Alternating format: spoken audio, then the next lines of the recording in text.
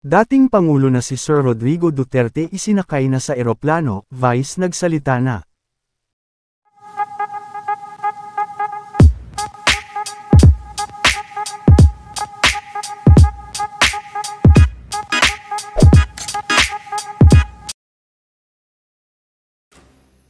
Mainit na pinag-uusapan nga ngayon, ang kasalukuyang nagaganap, na pagsakay sa dating Pangulo na si Sir Rodrigo Duterte, kung saan ay wala nang nagawa ang mga pamilya nito dahil ipinilit na din ng kapulisan, na maisakay ito sa eroplano.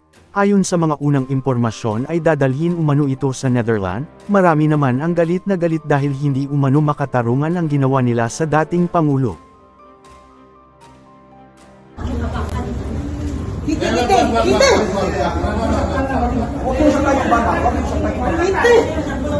Ibinahagi din ni General Fillmore ang naging pagsakay dito sa eroplano.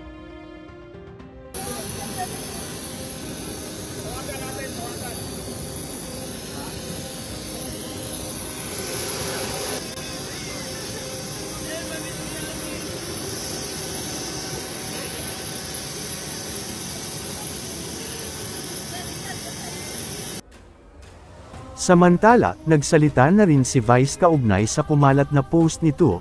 Ayon kay Vice ay fake news at hindi umano siya ang nag-post nito.